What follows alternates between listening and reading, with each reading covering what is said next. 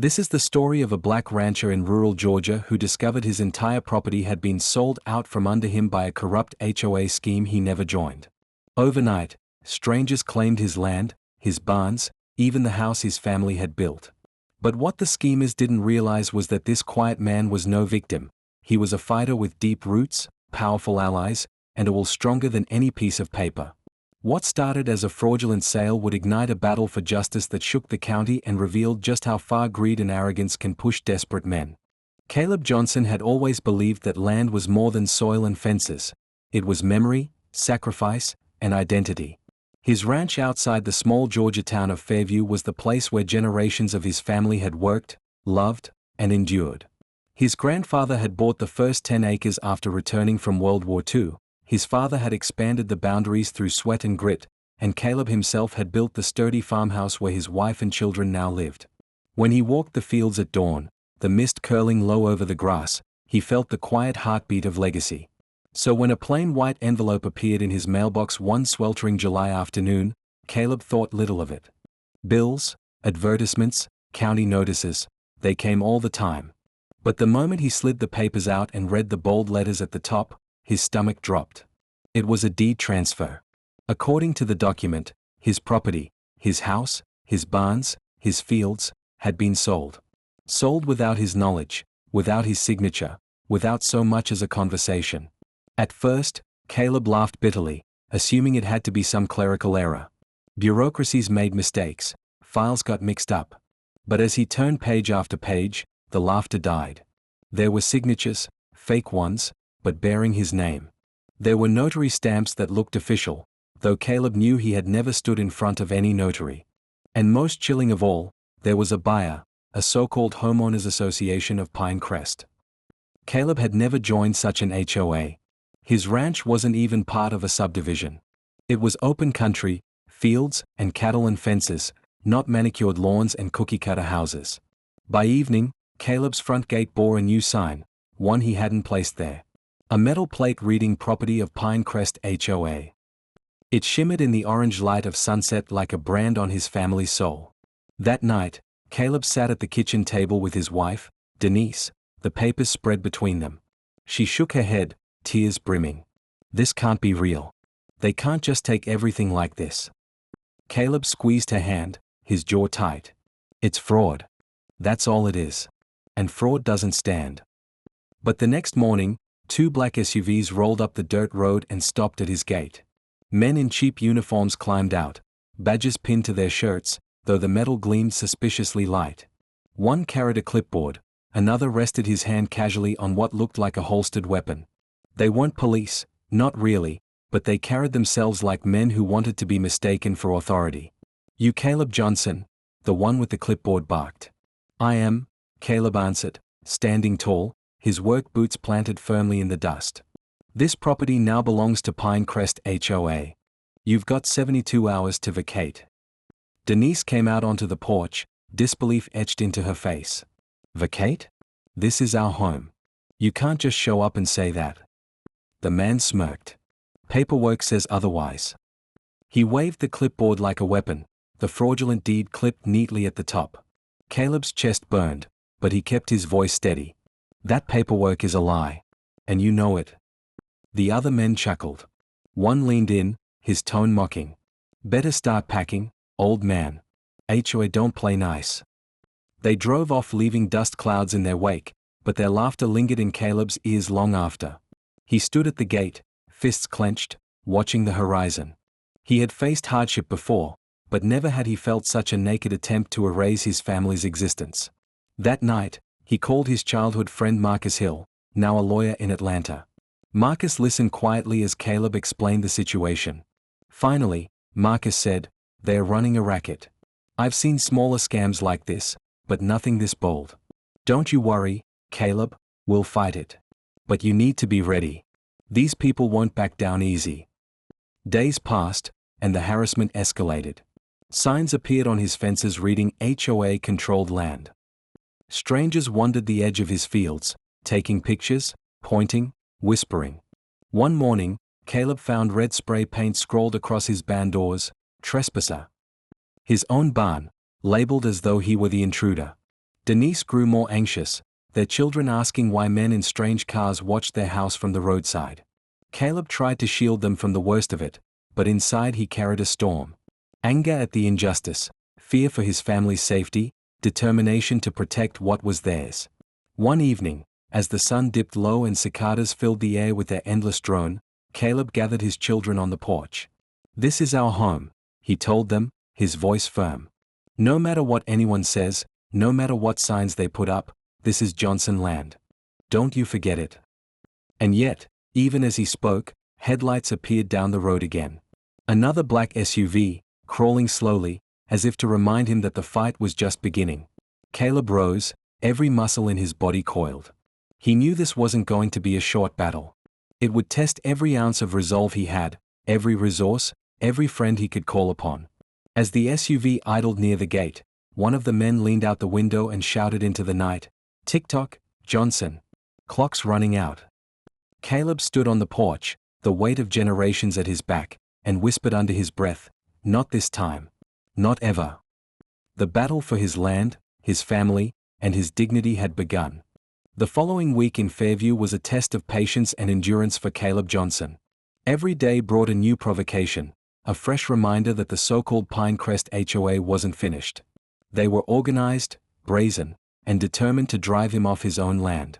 But Caleb, though weary, had made up his mind, he wasn't leaving. Not now, not ever. The harassment came in waves. Early Monday morning, Caleb woke to find his mailbox ripped from the ground, the pole splintered and bent, lying across the ditch. Inside the ruined box was a single sheet of paper. Final notice, eviction imminent. Denise found him staring at it, his hands trembling but not from fear. Rage pulsed through his veins.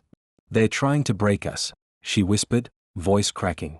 Caleb folded the paper neatly, slid it into his pocket, and replied, "Then they'll learn we don't break." On Tuesday, he spotted a pair of men in suits inspecting his pasture. They carried clipboards, gestured toward his cattle, and jotted notes as though they were real inspectors. Caleb approached them, his stride steady, shoulders broad. "Can I help you?" he demanded. The shorter one smiled smugly. "Routine HOA inspection, sir. You'll need to move those animals. This land's been rezoned for development." Caleb nearly laughed at the absurdity. "Rezone this?" He gestured to the wide field, dotted with cattle, bordered by trees older than both men combined. "You boys need to turn around and walk back to whatever hole you crawled out of." They left, but not before snapping pictures of his house. The brazen act unsettled Denise, who pulled the curtains tight that night, muttering prayers under her breath. Caleb stayed awake longer than usual, his shotgun resting against the wall by the front door, listening for any sound that didn't belong. By Wednesday, Marcus Hill drove down from Atlanta. He parked his sleek sedan in the dirt driveway, his sharp suit a contrast to the weather-beaten wood of Caleb's ranch house. Over sweet tea in the kitchen, Marcus laid out what he'd uncovered. "These guys aren't just some overeager HOA committee. They're running an organized fraud ring. I traced their filings, fake LLCs, phony addresses, forged signatures. It's systematic." Denise leaned forward, anxiety etched across her face. "But how do we stop them?" Marcus's eyes met Caleb's. "Paper against paper. They forged documents, we'll show the court the real ones. But Caleb, you've got to understand, they'll try to drag you through the mud first. They'll twist the law until it screams. Are you ready for that fight?" Caleb didn't hesitate. This land's been ours for 3 generations. If they want to fight, they picked the wrong man. Thursday brought something darker. As Caleb worked in the barn, hammering boards into place, he caught the acrid smell of smoke. Running outside, he saw flames licking at a haystack near the fence line. His heart pounded as he grabbed the water hose, dousing the fire before it could spread. But as the smoke cleared, his stomach dropped. Spray-painted across the fence in jagged red letters were the words, "Get out." That night, the sheriff himself came by. Sheriff Davis was a broad-shouldered man in his 50s with a weathered face that had seen too much. He listened carefully as Caleb and Denise explained, then shook his head. "I've dealt with my share of trespassers and con men, but this is something else. You keep everything documented. Pictures, videos, dates. I'll put extra patrols on your road. But Caleb," he paused, his gaze heavy. These people are dangerous. Don't go looking for a fight. Caleb's jaw tightened. I don't have to look. They're bringing it to my front porch. The sheriff nodded grimly, then drove off into the night. Friday came with a new escalation. As Caleb headed into town for supplies, he noticed a bright orange notice stapled to the gate. HOA foreclosure, all occupants to be removed. It bore an official-looking seal, though Caleb knew it was worthless. Still, the sight made his chest tighten. He ripped it down, crumpled it in his fist, and tossed it into the back of his truck. In town, whispers followed him. Some folks had seen strange men passing through, asking about his ranch. Others claimed they'd heard rumors that Caleb was behind on taxes, that he'd sold his land secretly, that he was being forced out. Lies, all of them, but Caleb saw how quickly gossip spread. His name, once a source of respect, was being smeared. When he returned home, Marcus was waiting on the porch. I've filed an injunction, Marcus said, holding up a thick folder of paperwork. This'll slow them down. But Caleb, you need to be prepared. These people won't stop just because a court order says so. They'll push until you break, or until we push back harder. That evening, as the cicadas droned and the air hung heavy with humidity, Caleb stood on the porch staring out at the horizon. The fields stretched wide and golden before him, but they felt less like sanctuary and more like battleground. Denise stepped beside him, sliding her arm through his. We'll get through this, she whispered. Together. Caleb nodded, his eyes fixed on the distant tree line where he imagined headlights might appear at any moment. They think I'm alone, he murmured. But they'll find out I've got more fight in me than they ever bargained for. As darkness settled over Fairview, Caleb knew the week was only the beginning. The Pinecrest imposters had drawn their battle lines, but so had he. And the next clash would decide more than just property. It would decide whether truth could still stand against greed in the heart of Georgia. The tension around the Johnson Ranch reached a fever pitch as the summer deepened. Caleb had thought the harassment might taper off once Marcus filed the injunction, but instead it seemed to ignite the imposters into a frenzy. They wanted him gone, and now they wanted to prove they had more stamina, more ruthlessness, than a lone black rancher and his family could muster. On the first Monday of August, Caleb found tire tracks cutting across the far side of his pasture. Fresh ones, mud still wet where the grass had been torn up. He followed them until he reached the fence line, where the barbed wire had been clipped and peeled back. He tightened the strands with calloused hands, fury bubbling in his chest. Trespass was one thing, but this was sabotage, a direct assault on his livelihood. Later that day he discovered 2 of his cattle missing. Whether stolen outright or scared into the woods, he couldn't tell, but the message was clear: his enemies were escalating. Marcus returned midweek, his briefcase stacked with more documents. He looked exhausted, but his words carried a spark of determination. Caleb, listen to me. The county judge granted a temporary freeze on any further property transfers. Legally, no one can touch this ranch until the hearing. Caleb raised an eyebrow. Legally? You think they care about legal? Marcus sighed. That's why I also brought friends. He gestured toward the driveway, where 2 men stepped out of a dark pickup. They weren't lawyers, they were veterans. Big, broad men with the quiet posture of those who'd seen combat. Marcus introduced them as Louis Ortega and Jordan Stone Walker, both former Marines he'd worked with on advocacy projects. These guys believe in protecting communities, Marcus explained. And after I told them what's happening, they wanted to help. Off the record. Caleb studied them carefully. Louis gave a curt nod, his eyes steady and calm. Stone crossed his arms, scanning the property as though calculating lines of defense. For the first time in weeks, Caleb felt the faintest trace of relief. The men began rotating shifts on the property. At night, Caleb no longer felt alone when headlights appeared down the road. Louis would be on the porch, rifle slung casually over his shoulder. Stone patrolled the fence line, his boots crunching softly on the gravel. The imposters still circled, but they kept their distance, shouting taunts from SUVs without daring to cross onto the ranch itself. But intimidation found new forms. On Thursday, Denise discovered that their children's school records had been tampered with. Enrollment listed them as inactive, their home address flagged as vacant. When she called the school board in a panic, the secretary whispered, "I don't know who's doing this, but but your file's been pulled twice this week. Caleb's hands tightened on the receiver as he took the phone. We're not going anywhere, he growled. Fix it. By Friday, the imposters tried to stage another charade. 3 men in reflective vests appeared with a flatbed truck, announcing they were there to collect abandoned property. They moved toward Caleb's tractor, clipboard in hand, until Stone intercepted them with a cold stare. That machine doesn't move an inch, he said. One of the men scoffed, but when Stone didn't budge, they slunk away. Caleb knew it wouldn't be the last attempt. Through it all, the Johnsons leaned on each other. At dinner, Denise spoke words of comfort to the children, assuring them their home was still theirs. Caleb kept his voice strong, but each night, when the family was asleep, he walked the fields alone, scanning the horizon for threats. The land whispered back to him, reminding him of his grandfather's calloused hands, his father's sweat, his own years of labor. I won't let them erase us, he murmured into the warm Georgia night. Mid-month, a new twist emerged. The Pinecrest imposters filed a lawsuit against Caleb, claiming he was trespassing on their property and demanding damages. The goal left Marcus nearly speechless. They're suing you for living on your own land. I've seen frivolous suits before, but this is a masterpiece of audacity. Caleb's lips pressed into a hard line. Then we'll answer it in court. I'm not backing down. But the imposters weren't waiting for the slow grind of legal proceedings. They escalated again. One night, Caleb and Stone heard the crunch of gravel near the barn. They rushed out to find 2 masked figures splashing liquid from gas cans onto the wooden walls. Before Caleb could shout, flames flared at the base of the barn.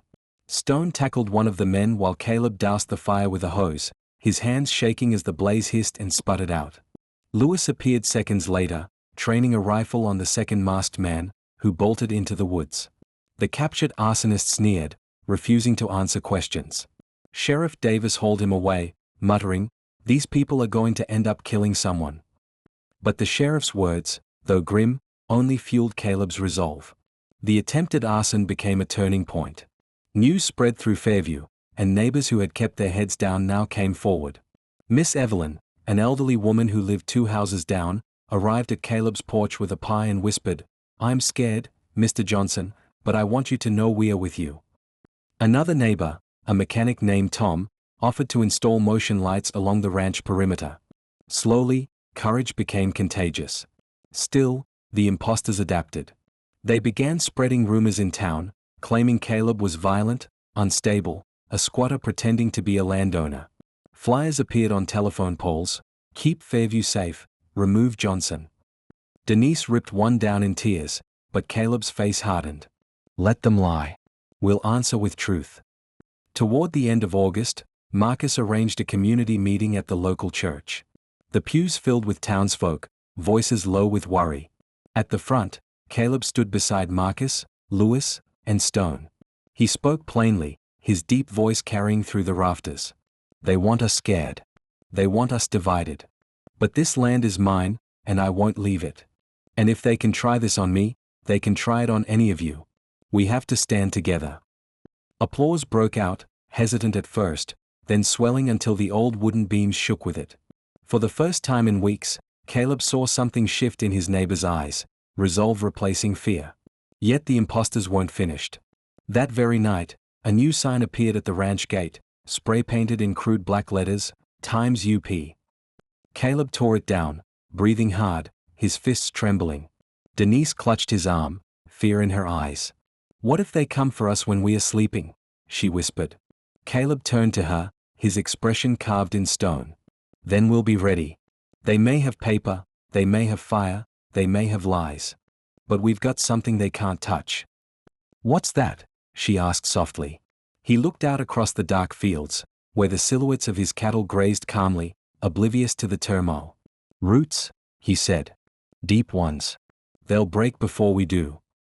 The words hung in the humid night air, carrying a weight that steadied Denise's breathing and strengthened Caleb's own heart.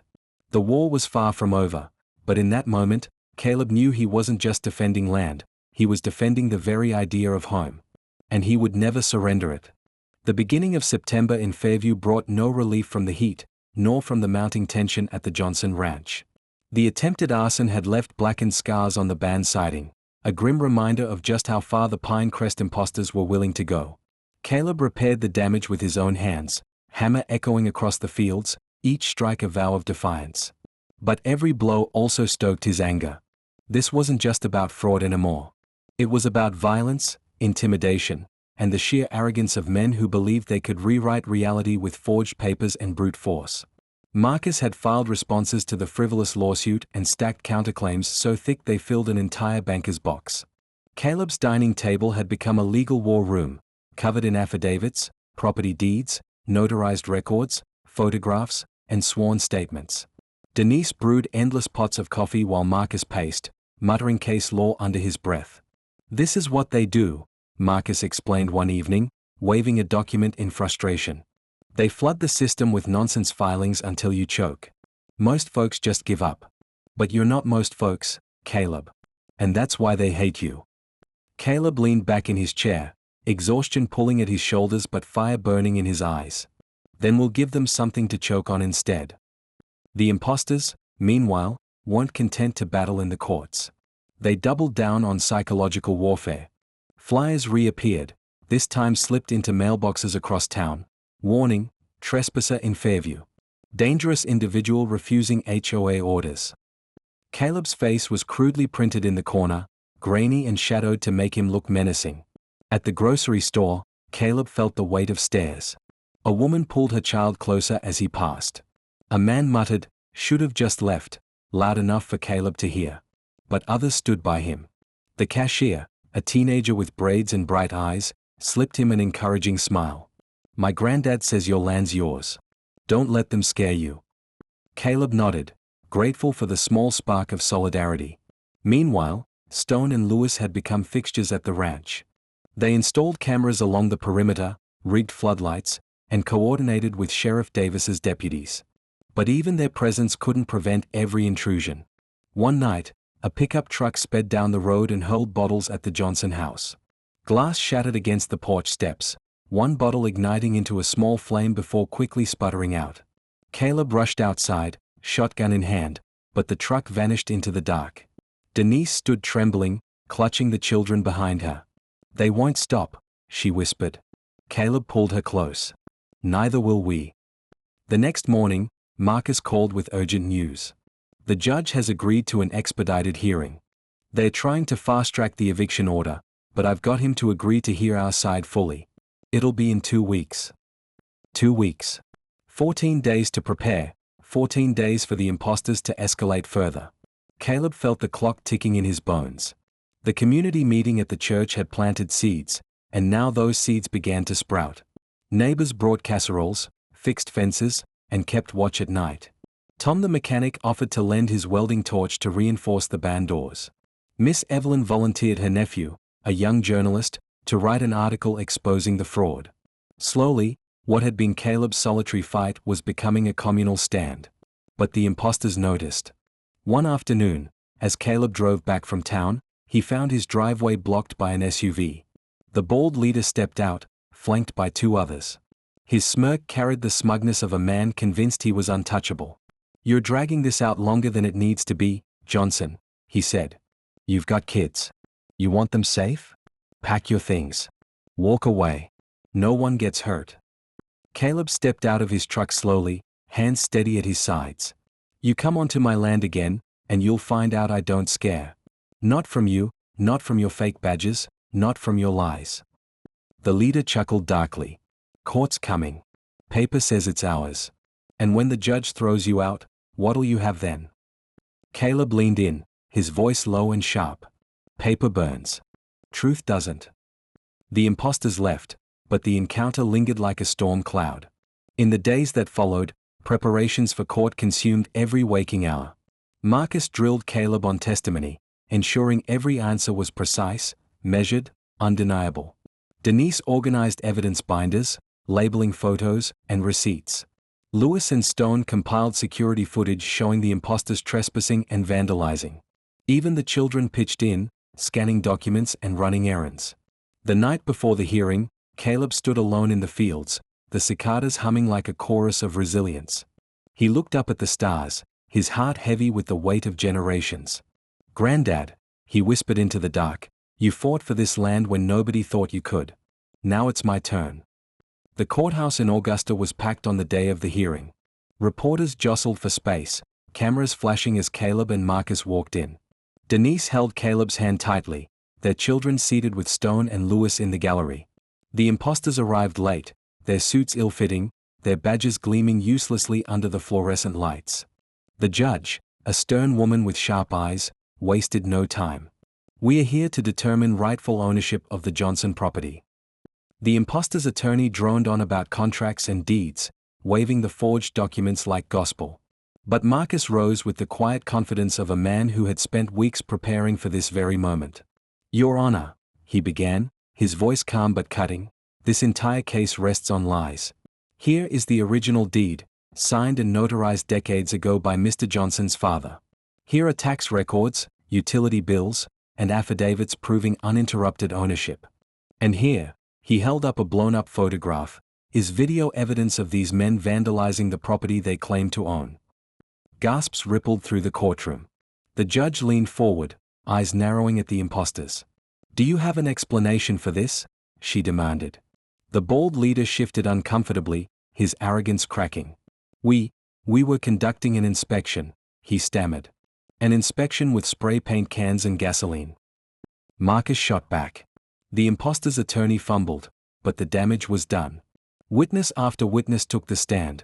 Neighbors, school officials, even Sheriff Davis, each piece of testimony weaving a tapestry of fraud, intimidation, and violence.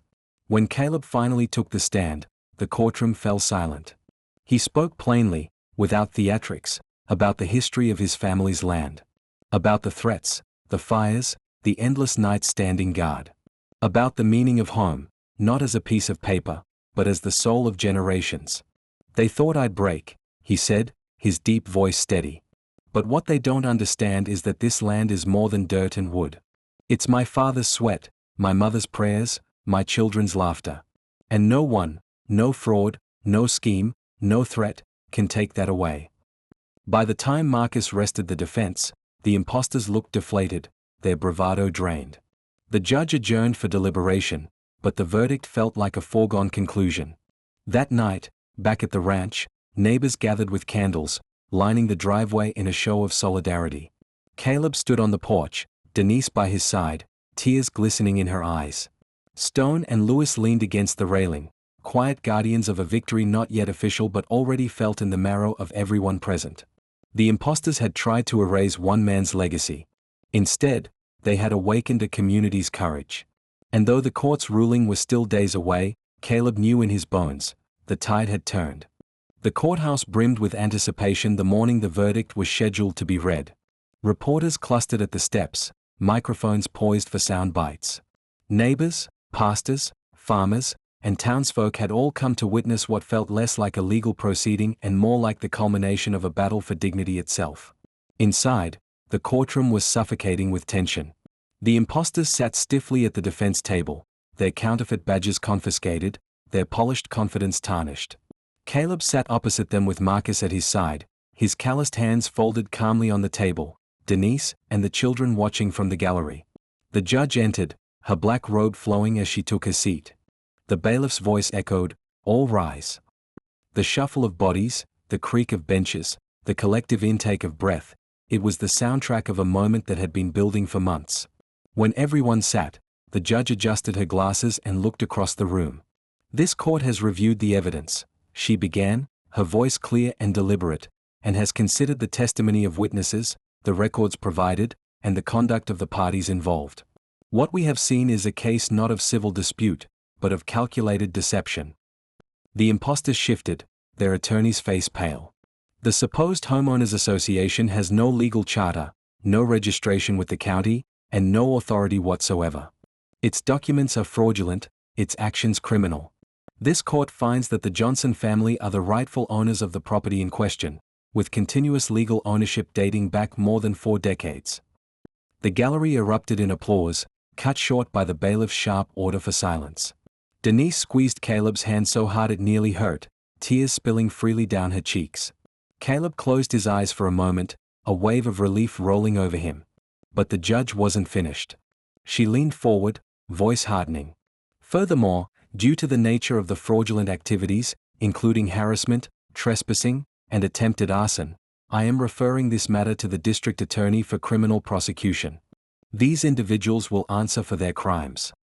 The imposter's bravado finally cracked. The bald leader muttered something under his breath, his jaw clenched, while one of his accomplices looked ready to bolt.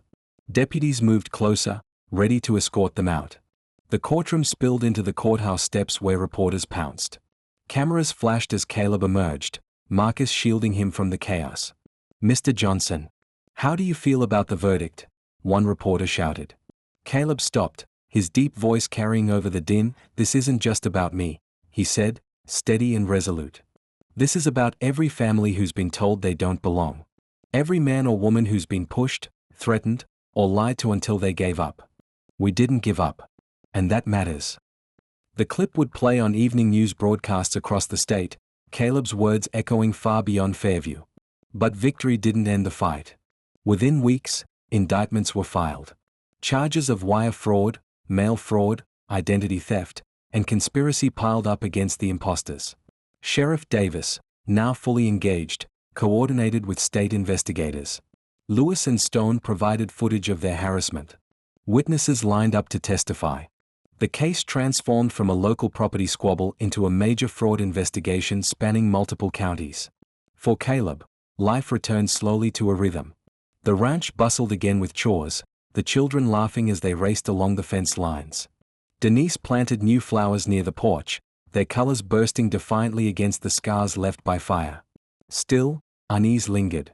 Even as the imposters sat in jail awaiting trial, Caleb found himself scanning the horizon at dusk, listening for trucks on the gravel road. Trauma, he learned, doesn't vanish with a verdict. Yet healing came, piece by piece, through community. At church one Sunday, Pastor Miller called Caleb to the front. The congregation rose in a standing ovation, voices lifting in applause, some shouting Amen. Caleb, embarrassed but moved, simply nodded and whispered, "Thank you." Afterward, Miss Evelyn pressed his hands in hers. "Your stand gave us all courage," she told him. Marcus, meanwhile, became something of a local hero himself. His handling of the case drew attention from legal circles, and he fielded calls from families across Georgia who believed they had been targeted by similar schemes. "You started something bigger than you know," he told Caleb one evening over sweet tea at the ranch. Caleb replied, "I didn't start anything, Marcus. I just refused to stop." The imposter's criminal trial arrived months later, this time in a larger courthouse in Atlanta. Caleb testified again, reliving the threats, the damage, the fear. Denise testified too, her voice trembling but unbroken as she described shielding the children from flying glass during the bottle attack. Lewis and Stone presented their recordings. Neighbors recounted the intimidation they had witnessed. The defense tried to paint the imposters as misguided men who only sought to bring order to the community. But the prosecution shredded that narrative with receipts of fraudulent filings, recordings of threats, and evidence of money siphoned from other victims. The jury needed only 3 hours. Guilty on all counts. Sentences ranged from 15 to 25 years in federal prison.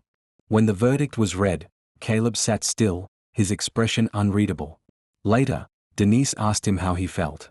He paused, staring out at the fields. "It doesn't bring back the peace they stole," he admitted, "but it keeps them from stealing it again." Life at the Johnson Ranch slowly stitched itself back together. Caleb expanded the cattle herd, repaired the barns, and even built a small workshop for his eldest son, who dreamed of becoming a carpenter. Neighbors continued to stop by, some offering help, others simply sharing a meal.